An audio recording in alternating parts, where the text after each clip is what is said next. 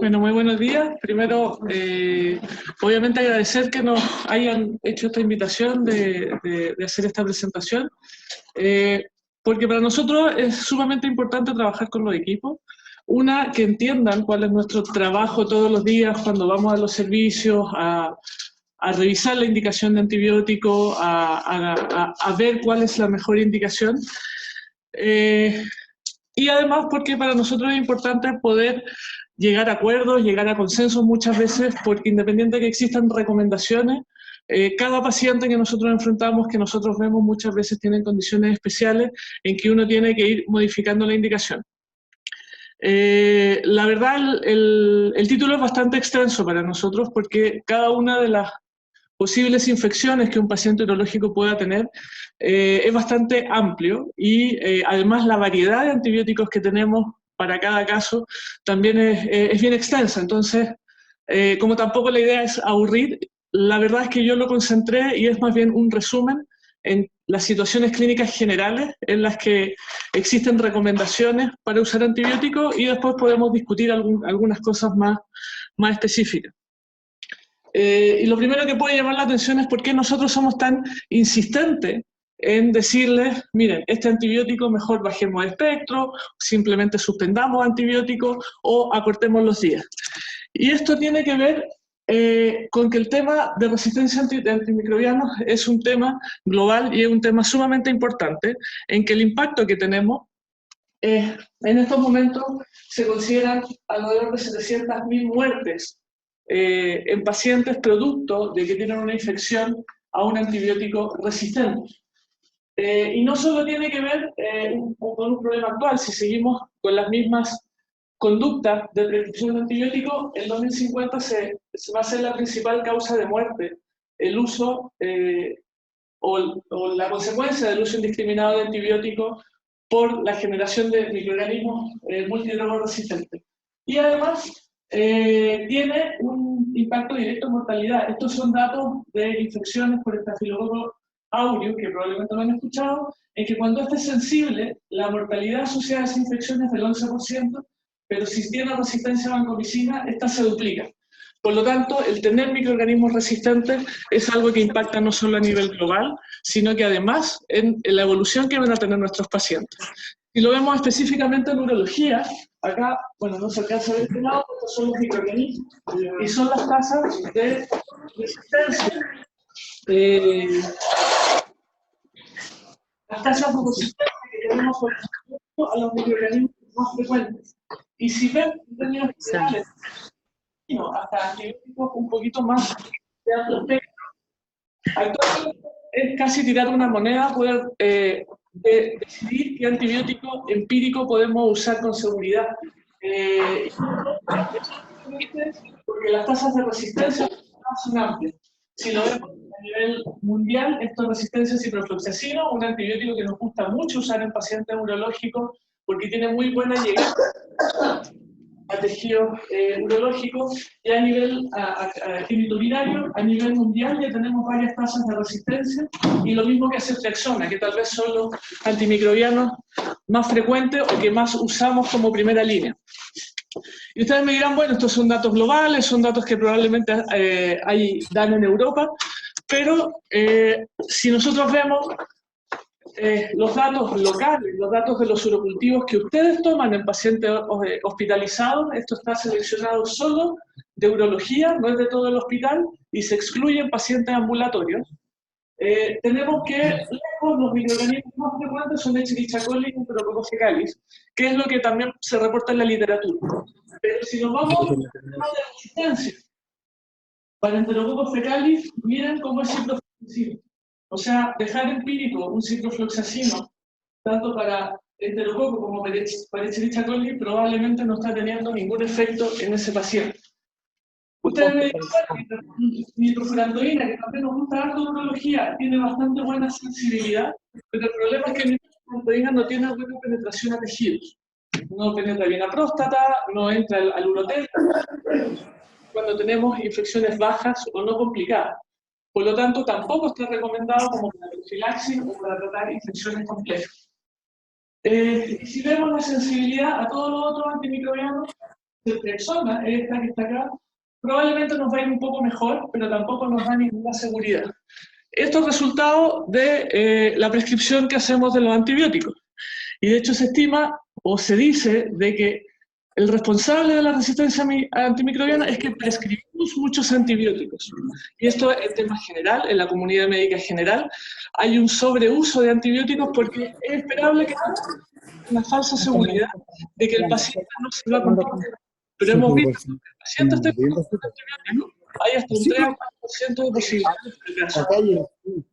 Y ustedes me dirán, bueno, esto a lo mejor es en el aire. Este es un trabajo que salió el año 2018, dirigido a pacientes urológicos que eran sometidos a procedimientos, en que se intentó evaluar si se cumplían las recomendaciones de buena práctica dadas por la Sociedad Americana de Urología. Y aquí vemos que, como indicación periprocedimiento, un 17% no cumple la indicación de antibióticos como profilaxis antes del procedimiento, y hasta un 50%.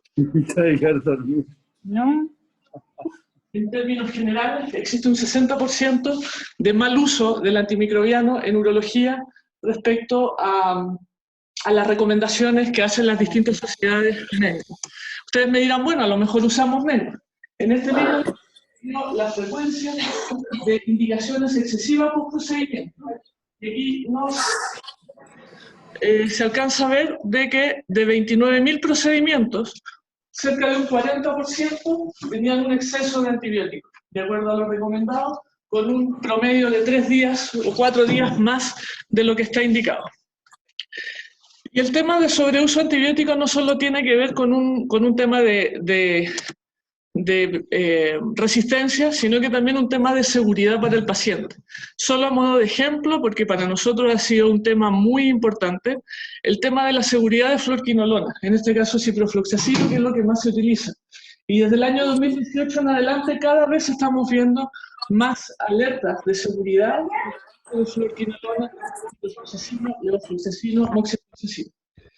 Y las últimas, que son las que están acá, del año 2018, que fue una alerta a nivel mundial, esto lo hace la FDA y la Agencia Europea de Medicamentos, que se ha visto que el uso de quinolona tiene un efecto en el sistema nervioso central. Hay varios suicidios reportados en relación al uso de ciprofloxacino.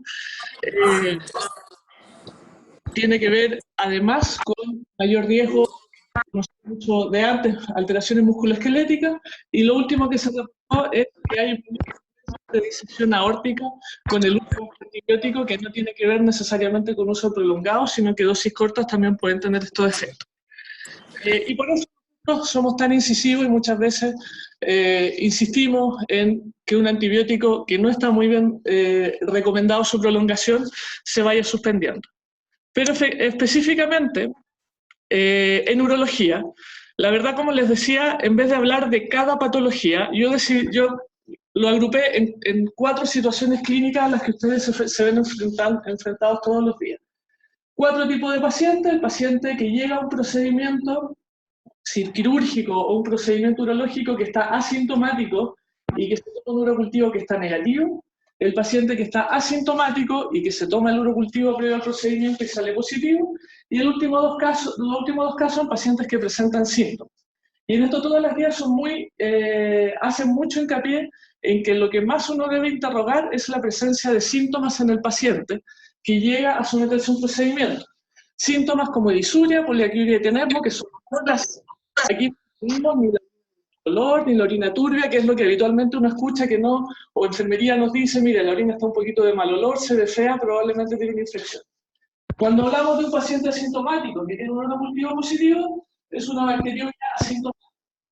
Y en el caso de pacientes sintomáticos, vamos a hablar que está complicado desde el punto de vista infectológico, cuando existe una anomalía anatómica, tiene alguna inmunosupresión como en los trasplantados renales, o es una vía urinaria que ha estado instrumentalizada y probablemente ese es el grupo al que ustedes más se van a ver expuestos. ¿Por qué hago esta división? Porque en los 2 primeros casos, cuando hablamos de antibióticos, su uso está indicado como profilaxis, es decir, para prevenir que el paciente vaya a ser una complicación. Yo no estoy buscando erradicar un microorganismo, no estoy buscando esterilizar la orina. Solo estoy buscando que el paciente post procedimiento no vaya a hacer alguna complicación infecciosa. Y obviamente en los últimos dos casos voy a buscar un tratamiento en el cual quiero resolución de síntomas y idealmente una cura microbiológica. ¿Por qué les digo esto de que no necesariamente vamos a ir a buscar una erradicación microbiológica? Y esto es porque en vía urinaria las bacterias se comportan de una forma un poco distinta a cuando hablamos de neumonía o cuando hablamos de otras infecciones. Estos son dos modelos para explicarlo. Esta es cómo Escherichia coli produce infecciones o coloniza el tracto urinario, en que la bacteria se adhiere a la superficie vesical, pero no solo se queda en la superficie, no solo se queda en la orina, sino que produce una invasión en el tejido en que empieza a multiplicarse, invadiendo el tejido vesical. Por lo tanto, no necesariamente va a estar produciendo infección, pero sí va a estar presente y en forma transiente, cuando se produce exfoliación, se puede liberar cantidad de bacterias, que la vamos a encontrar en el urocultivo, pero es una bacteria que no está produciendo ni inflamación ni problemas locales. Cuando la bacteria está invadiendo de esta forma, el antibiótico no siempre es muy efectivo. Y por eso también usamos antibióticos más específicos y por eso nitrofurantoína, por ejemplo, no se recomienda porque no va a llegar nunca a esta bacteria que está ahí. Y en otro modelo, pacientes que tienen instrumentalización de su vía urinaria, en este caso están con un catéter urinario, las bacterias se adhieren a cualquier material externo y producen lo que nosotros llamamos biofilm, que probablemente lo han escuchado, que hace que las bacterias entren en un estado como de latencia, en que su actividad metabólica es baja. Y este biofilm las protege de la acción de antibióticos, porque el antibiótico necesita que la bacteria esté activa, esté metabólicamente activa, para poder tener su acción. Por lo tanto, en pacientes que usan catéter urinario, que están con stent, por mucho que yo les dé 30 días de antibióticos, esto no lo voy a eliminar. Por lo tanto, igual van a hacer infecciones o tienen riesgo de hacer infecciones posteriormente. Por lo tanto, el antibiótico prolongado en urología no me va a lograr erradicar. Por eso no es lo que uno busca. Solo busco poder prevenir infecciones. Por lo tanto, en pacientes asintomáticos con urocultivo negativo que ingresan o que van a ser sometidos a un procedimiento urológico, no requieren tratamientos antibióticos, no requieren de antibióticos prolongados. Y aquí incluimos a los pacientes en que el resultado del urocultivo me dice que son polimicrobianos. ¿Cuándo vamos a hablar de que un urocultivo es polimicrobiano? En que cuando se cultiva, en las placas van a crecer al menos 3 microorganismos, pero ninguno predomina. Es decir, no se logra identificar uno que esté creciendo en mayor cantidad que los otros. Ya me voy a referir un poco más específicamente a estos casos. Y en estos pacientes que van a ser sometidos a procedimiento, la Asociación Americana de Urología lo que recomienda es que solo requieren una dosis de antibiótico, 1 hora previo a la cirugía urológica en cirugías de riesgo intermedio o alto, que ya se los voy a mostrar. ¿Qué antibiótico? Cefalosporinas de primera o segunda generación. Nosotros, por protocolo en el hospital, lo que se usa es cefazolina en pacientes que tienen menos de 5 días hospitalizados y en pacientes que tienen una hospitalización prolongada usamos vancomicina. Pero fíjense que en el caso urológico, y esto es una excepción, a la prevención de infecciones intrahospitalarias en general, también está recomendado el uso de cotrimoxazol. Por ejemplo, el paciente alérgico a penicilina es una buena opción. Y cotrimoxazol, además de tener buena llegada a tejido urológico, tiene el beneficio de que tiene muy buena biodisponibilidad. Por lo tanto, se puede dar una dosis oral y no es necesario dar una dosis endovenosa. Otra opción es penicilinas, amoxicilinas, pero esas son como las 3 recomendaciones de profilaxis, solo una dosis previo al procedimiento o cirugía urológica. Si decide usar vancomicina como profilaxis, ahí se recomienda 2 horas previas. Ahora, para asegurar que el urocultivo está negativo, se recomienda que la fecha de urocultivo sea al menos 10 días previo al procedimiento. Lo ideal, entre 4 a 10 días. ¿Por qué no más de 10 días? Porque la flora va cambiando y si tiene más de 10 días probablemente no va a ser el mismo microorganismo si tengo un urocultivo de hace 2 meses atrás o de hace 1 mes. y 4 días porque eso nos da un tiempo para tener el resultado del urocultivo previo al procedimiento o la cirugía urológica. Esto es lo que la Asociación Americana de Urología clasifica. Esto es un resumen, no es extenso porque hay otras variables a considerar. Yo aquí lo puse por procedimiento o por cirugía, según el riesgo de infección de sitio operatorio, en los que solo estaría indicado profilaxis en las de riesgo intermedio o riesgo alto.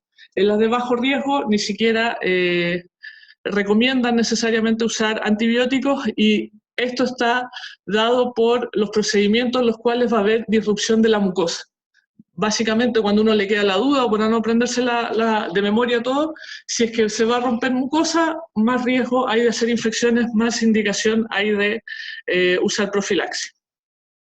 Respecto al urocultivo polimicrobiano, ya les decía que para nosotros en infectología se define como 3 o más microorganismos sin predominancia de alguno en los urocultivos. Y que se produzca un urocultivo polimicrobiano habitualmente no es problema del paciente, es problema de la forma en que se tomó la muestra, en que se contamina con piel o con tejidos, con bacterias que están presentes, no necesariamente en la vía urinaria, y especialmente si la orina completa no presenta leucocituria, con mayor razón nosotros decimos esto no es un problema del paciente, es un problema de toma de muestra. Ahora, en pacientes que tienen riesgo de estar colonizados por un microorganismo, la recomendación es repetir la muestra de ese urocultivo. ¿Y esto por qué? Porque sabemos que principalmente en adultos mayores están colonizados por bacterias, que es un proceso fisiológico, digamos, o por los cambios hormonales, por cambios de las mucosas, se va produciendo mayor colonización. Por lo tanto, en mujeres adultas mayores, principalmente institucionalizadas, en hombres adultos mayores es esperable, y un resultado polimicrobiano yo lo tengo que poner en duda, y en estos casos debiera repetirlo. Y pacientes con cálculos urinarios, con cálculos en la vía urinaria, un 10% van a tener una bacteriuria asintomática, aunque el urocultivo me salga polimicrobiano.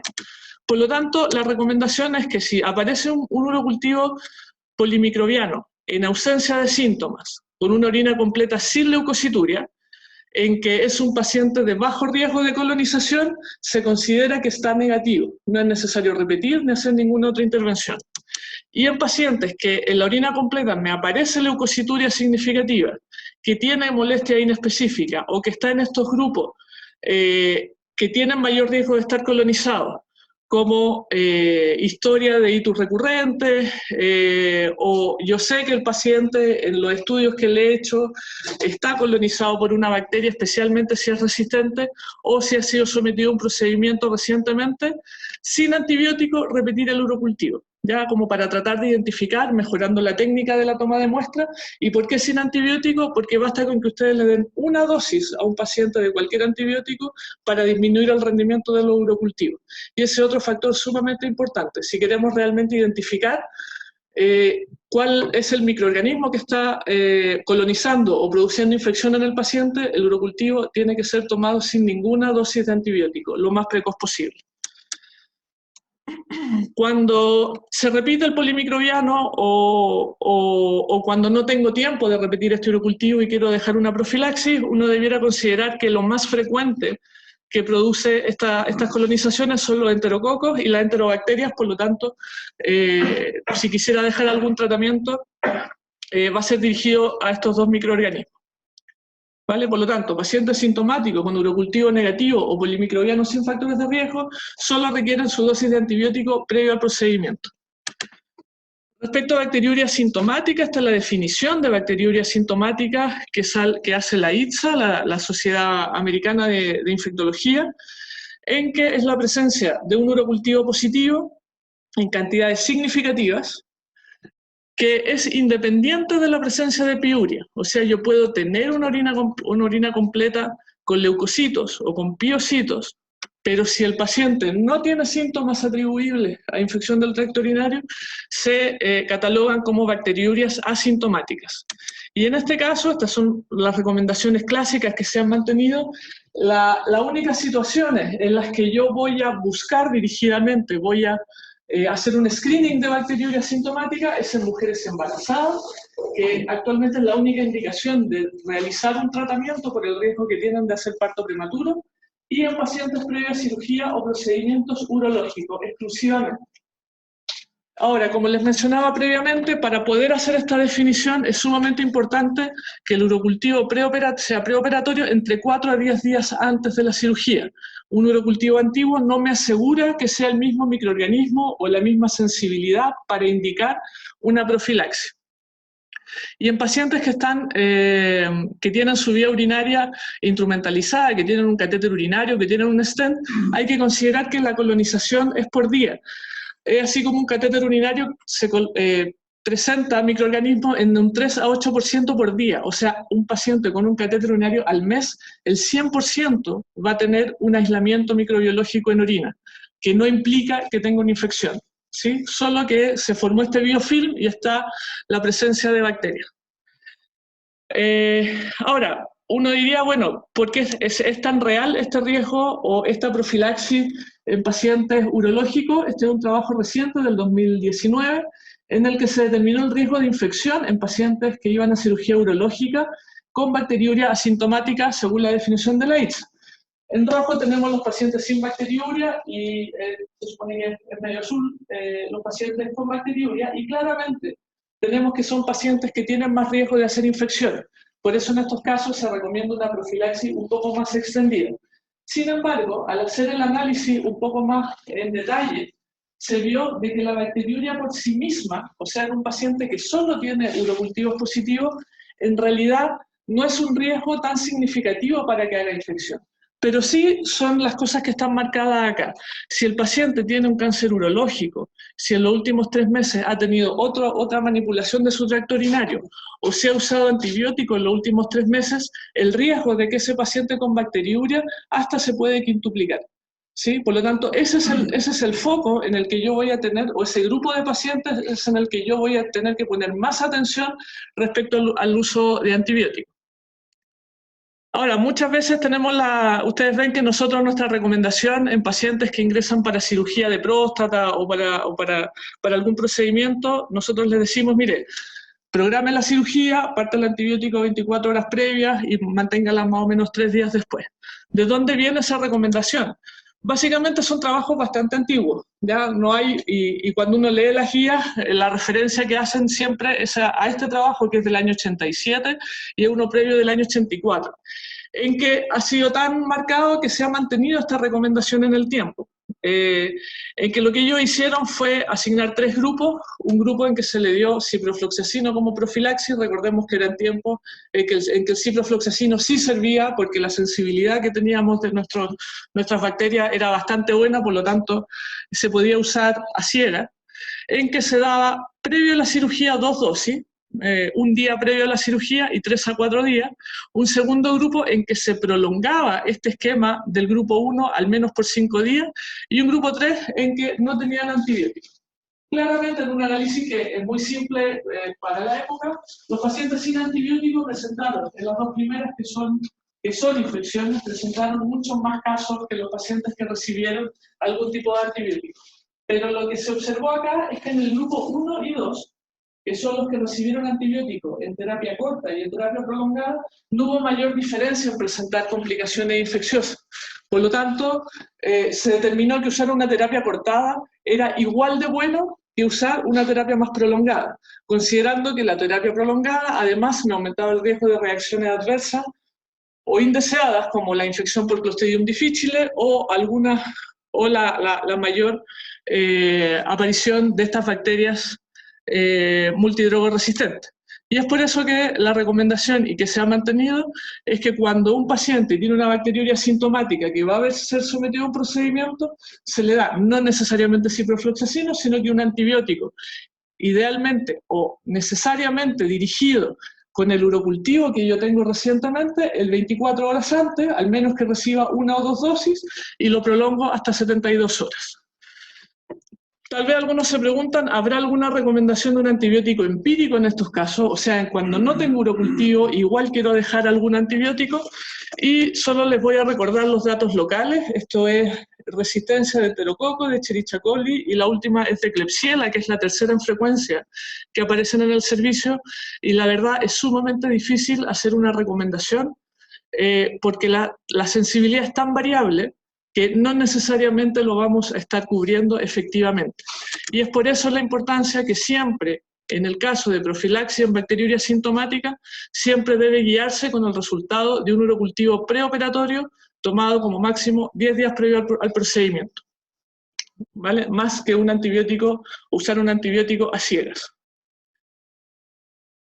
Finalmente, respecto a pielonefritis o pacientes sintomáticos que tienen alguna infección, que tienen un urocultivo positivo, desde el punto de vista de nosotros, la verdad, hacer la división entre complicada y no complicada no tiene mucho sentido porque la recomendación desde el punto de vista infectológico es básicamente la misma. Recordar que vamos a hablar de pielonefritis cuando el paciente presente síntomas, tenga una orina completa compatible y tenga un urocultivo positivo. Se tienen que cumplir los 3 criterios para decir que el paciente, en este caso, tiene una pielonefritis. Insistir en tomar urocultivo previo al inicio de antibiótico, por lo que mencionaba anteriormente, que solo una dosis de antibiótico puede negativizar los urocultivos. Y el esquema empírico que nosotros usamos en este hospital, o la recomendación, es que si el paciente se encuentra hemodinámicamente estable, o no se ve muy séptico, puede partir una cefalosporina de tercera generación. Es una recomendación que seguimos manteniendo a pesar de los resultados que tenemos de los urocultivos, en este caso ceftriaxona, especialmente si viene de la comunidad, si es un paciente que viene ingresando. Si el paciente se ve muy séptico, muy comprometido, se recomienda asociar a esta ceftriaxona amicacina. Y esto es porque con esto estamos ampliando el espectro y estamos ganando tiempo, porque amicacina todavía tiene muy buena sensibilidad. Por lo tanto, con eso nos aseguramos de estar cubriendo muchos microorganismos que pueden tener resistencia comunitaria.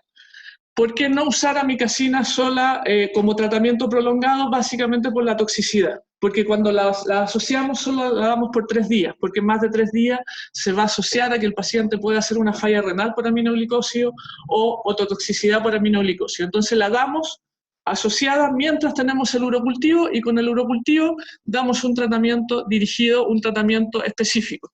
Y siempre tenemos que ajustar con urocultivo, porque puede que nos aparezca algo más resistente o porque lo podemos simplificar.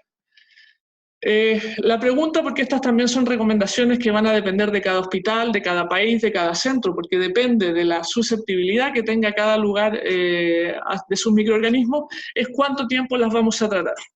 Y aquí les voy a mostrar una serie de trabajos, este es el primero, como alrededor del año 2012, en que se evaluó el uso de ciprofloxacino 7 a 14 días en mujeres que tenían una pielonefritis aguda. Este es el primer trabajo que salió de terapia cortada en pielonefritis, que tiene además la característica de que incluye infecciones del tracto urinario complicadas y bacteriémicas, ¿ya? Por lo tanto, por eso para nosotros la duración no tiene mucho que ver con si es complicada o no complicada, porque en este trabajo se mostró la eficacia de una terapia cortada de 7 días es la misma que una terapia de 14 días. La cura es bastante similar y la falla con una terapia cortada es la misma que si le doy una terapia más prolongada. Y por eso yo les mencionaba o partí la presentación diciendo que lo que nosotros buscamos es disminuir la resistencia antibiótica. Lo único que me produce dar 14 días es que ese paciente, su flora, sus microorganismos que está colonizado en tracto digestivo, por ejemplo, se vayan haciendo más resistentes o agregarle toxicidad a un antibiótico. Cuando salió este trabajo, son de los trabajos que a nosotros nos cambian un poquito los paradigmas, porque estábamos acostumbrados a dar 14 días y a nadie se le hubiera ocurrido decir que una pielonefritis se tratara por menos tiempo. Se hizo un trabajo un poquito más acotado en que se hizo un metaanálisis, en que se trataron de buscar más evidencia para ampliar el número de pacientes. Y aquí, nuevamente, son varios trabajos en que se incluye el que mencioné recientemente, el del 2012, en que compararon 7 días o menos versus los 14 días. Y si ven el gráfico, esto es a favor de una terapia cortada, o es similar o incluso favorece un poco al paciente el uso de usar 7 días sin empeorar su pronóstico o su evolución. Por lo tanto, como conclusión, el tratamiento durante 7 días o menos demuestra ser igual de eficaz que pautas más prolongadas, en términos no solo de síntomas, de resolución clínica, sino que también cura microbiológica. Son pacientes que igual van a negativizar urocultivo, excepto lo que se menciona en el último párrafo, digamos, y que probablemente es la mayoría de sus pacientes que tienen alguna normalidad urológica que no se ha podido resolver. La curación clínica va a ser similar. Es un paciente que clínicamente va a pasar la fiebre, van a pasar los síntomas, pero la tasa de curación microbiológica va a ser menor. Va a ser el paciente que lo voy a tratar, se va a sentir mejor, si tuvo parámetros elevados van a bajar, pero mis urocultivos pueden seguir saliendo positivos, ¿sí? Porque el paciente tiene condiciones que favorecen lo que les mostré anteriormente, la invasión de las bacterias a tejido urológico. Y por eso ya no se recomienda tomar urocultivos post-tratamiento de una pielonefritis, de regla, salvo si el paciente, no sé, en los próximos 15 días tiene que ir a otro procedimiento urológico, bueno, tomemos un urocultivo no para tratar, sino que para darle una profilaxia adecuada. Y eso es lo otro que demostró esto, que no es necesario tomar urocultivos de control, salvo que estemos pensando en alguna falla. En bacteremias, focos urinarios, que hacen diseminación hematógena, que todos nos asustamos porque nos hablan necesariamente de infecciones más graves, tampoco tuvo diferencia entre dar 7 a 14 días. Y en esto, este es un trabajo que salió también el año pasado, recientemente, en que aquí se evaluaron todas las infecciones, no necesariamente provenientes no necesariamente urológicas, de 7 versus 14 días de tratamiento antibiótico en bacteremia, en que tengo un foco infeccioso identificado, y solo marcar el primer caso, que es el tracto urinario. Tampoco hubo diferencia, aun cuando la infección pudiera ser bacteriémica. En el análisis de subgrupo, nuevamente un gráfico similar en que los resultados favorecen al uso de terapia corta de 7 días versus los 14 a los que estamos habituados. Por lo tanto, aquí un pequeño resumen. La lista de tratamientos acortados es mucho más larga, pero solo les muestro la que les interesa a ustedes, es que el uso de un tratamiento acortado es igual en términos de resultados que un tratamiento prolongado. 5 o 7 días es igual en resultados microbiológicos en la mayoría de los casos y cura clínica en todos los casos que dar 10 a 14 días. Finalmente, y en términos generales, como su aproximación que debieran tener frente a infecciones o cualquier tipo de infección que tengan en sus pacientes, infecciones de vía operatoria, colecciones, abscesos. De acuerdo, nosotros habitualmente, si tenemos claramente evidencia de infección, si es un paciente febril, les vamos a decir, perfecto, partan antibióticos, probablemente les podemos modificar un poquito el esquema si consideramos o que estamos muy cortos o que le estamos dando un esquema muy amplio, pero siempre en las 48 horas debemos revisar los cultivos. De donde sea que venga la infección, siempre hay que tratar de tomar cultivos de tejido, de orina, de sangre, para poder revisarlos y poder tomar las mejores decisiones. Si logré hacer un aislamiento bacteriológico, traten siempre de simplificar a la gente de menor espectro según el resultado de ese cultivo. Menor espectro, aquí está puesta las familias principales de antibióticos que usamos. Siempre las penicilinas como amoxicilina, ampicilina van a ser del espectro más reducido y los carbapenémicos van a ser los espectros más amplios, que son los que nosotros tratamos de evitar y usamos solo en casos necesarios. Si no logré aislar nada, ya sea porque tomé los cultivos tardíamente o porque no me dio tiempo de tomar cultivos, y el paciente viene evolucionando clínicamente bien a las 48 horas, está con menos fiebre, los parámetros vienen bajando, siempre está la posibilidad de simplificar también, de suspender algún antibiótico si partió una terapia asociada, o de ir a un espectro más reducido si ya tengo bien claro cuál es mi foco. Si el paciente no está teniendo una buena evolución clínica, siempre hay que revisar que una posibilidad es que mi diagnóstico no sea correcto y no sea ese el foco que estoy tratando. Buscar otros diagnósticos y evaluar si el paciente requiere ampliar su espectro. Pero si el paciente viene teniendo una buena evolución, probablemente o casi seguramente yo le voy a poder dar una terapia acortada. Una pielonefritis que el quinto día ya no tiene fiebre, ya no tiene síntomas, suspendan antibiótico con tranquilidad. No les va a dar ningún beneficio prolongarle la terapia. Siempre prefieran tratamientos acortados, especialmente si el paciente clínicamente, y para nosotros la clínica es más importante que el laboratorio, está teniendo una buena evolución. En resumen, pacientes asintomáticos con urocultivo negativo, profilaxis de infección deriva-operatoria según el protocolo de cada hospital, en que en general se da solo una dosis 1 hora pre-procedimiento. En pacientes con bacteriuria asintomática que van a ser sometidos a procedimiento urológico, la profilaxis dirigida al urocultivo que tenga el paciente previo al procedimiento, que se inicia a 24 horas y se mantiene 72 horas post procedimiento. Incluso hay algunas guías que están acortando aún más este periodo. La ITSE en su última guía recomienda solo 1 o 2 dosis post procedimiento, pero para nosotros lo vamos a mantener en 72 horas.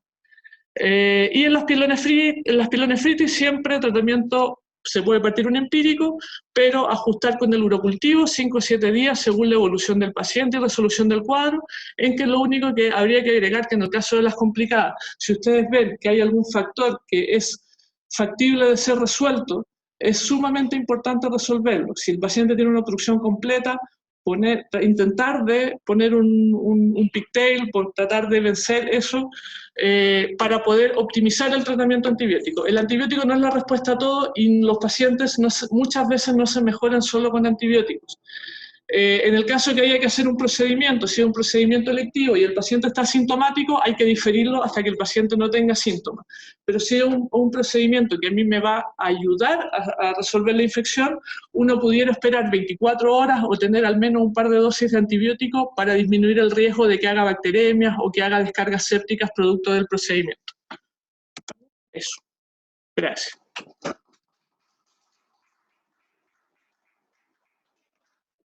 Preguntas. ¿Qué hacemos con esto cuando tratamos a un paciente, le decimos una nefrectomía, algo séptico y nos queda una colección residual? ¿Qué tenemos tratamiento antibiótico prolongadísimo? Sí. Vale, en colecciones es un poco distinto. Y siempre hay que tener en claro que el antibiótico para penetrar a las colecciones no es muy efectivo, ya especialmente cuando tienen una pared, lo único que hace es contenerla, por lo tanto, no siempre se va a resolver. Cuando nosotros hablamos de colecciones residuales, son colecciones pequeñas, menores en general a 3 o 4 centímetros, en que probablemente ni siquiera hay una infección activa ahí, sino que es por mucho tiempo. En esos casos nosotros podemos dar un tratamiento un poco más prolongado de 21 días o 4 semanas hasta 6 semanas si es según el caso y según cómo vaya evolucionando. Si la colección que quedó es más grande o mayor a 4 centímetros, la probabilidad de respuesta a ese antibiótico va a ser o incompleta o va a ser mucho más lenta. Y es un paciente que va a demorar 4 o 6 meses incluso en poder resolver su cuadro infeccioso. Por lo tanto, en esos casos, lo ideal es ir a un segundo drenaje en lo posible o un aseo para poder facilitar la acción del antibiótico. ¿Sí? Y lo otro es que el tema de control de imágenes en esos casos precoz no nos sirve. O sea, si tengo una colección, le partí antibiótico y a la semana le controlo, probablemente no va a haber mayor diferencia. ¿Sí? Lo único a considerar es que en infecciones en que yo aseguré que el drenaje fue adecuado y el paciente viene a la semana evolucionando bien, que bajaron los parámetros, yo ahí pudiera considerar una terapia cortada. ¿Sí? Porque en el fondo el tratamiento fue hacer un drenaje completo de la colección. ¿Vale? No sé si... También una de las cirugías que más produce colecciones residuales son la nefrectomía, un absceso periodontal o una peritonitis extramurosa, ¿no? Nosotros vemos que el porcentaje importante de esos pacientes, por muy bueno que sea el aseo quirúrgico, por la propia anatomía de lo que es el redo-peritoneo, va a producir, va a tener más tendencia a tener estas colecciones que se van a formar. Uno de los síntomas que son claves, que son cardinales para ver que se está empezando a formar esta colección es la taquicardia. Un paciente que después de una cirugía está con frecuencia cardíaca normal, sin fiebre, con parámetros inflamatorios que están bajando bien, quiere decir que es perfecto y que hay una colección. Paciente, importante, después de esta nefrectomía nosotros tenemos que mantener el tratamiento antibiótico por lo menos 7 días. Durante los primeros 7 días, el paciente empieza con una taquicardia. Ustedes ven que hace un febril aislado el segundo o tercer día y que los parámetros inflamatorios se quedan pegados, el ICM, por ejemplo, una PCR, Eso quiere decir que muy probablemente se está formando una colección, que muy probablemente vamos a tener que pedir una prueba de imagen y que con esa colección va a tener que ser resuelta, ¿no? Ya sea por espontáneo o por hacer quirúrgico, según lo que ustedes crean conveniente. Pero la cosa es que eso no tenemos manera de predecir y es básicamente basándonos en la clínica, segunda en la clínica, tercera en la clínica, cuarto en la tercera. El tema de las colecciones operatorias de la nefrectomía, que no siempre son colecciones. Muchas veces estas colecciones parten siendo líquidas en su comida y después van siendo un tejido más sólido, podría decir, sí. Se ven colecciones en imágenes que no necesariamente son reflejadas al momento de hacer un aseo. Entonces, ahí sucede una cosa que es al revés. No todo lo que no funciona con antibióticos es quirúrgico. Nos piden muchas veces que uno opera, de no hay nada que operar, porque uno entra y no encuentra nada. Y no encuentra nada y hace que el paciente se anestecie de nuevo, de todas las complicaciones de una cirugía, de una nueva cirugía. Y muchas veces puede hacer un acceso a una complicación ahí. Sí. Por eso es súper complejo la decisión. Muchas veces yo creo que debe ser tomada, conversada y en conjunto. Muchas veces nos pasa con las opiniones como romanos y como críticos de que sugiera, por ejemplo, en medicina, un aseo quirúrgico y ellos son bien robot al respecto y van en una funcionó que ya al mucho tiempo probablemente no, con la imagen no va a ser, y se tiene ahí un cierto grado de conflicto.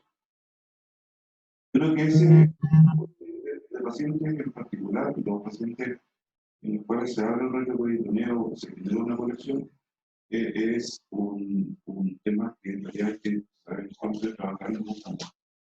Siempre yo he tenido la idea, nunca he aprendido de ver qué es lo que pasa si le tomáramos a todas las lumbotomías o a todas las manipulaciones retroperitoneales escáneres. Finalmente le tomamos escáneres a los pacientes que se complican, o los pacientes que tienen fiebre, que tienen taquicardia, que están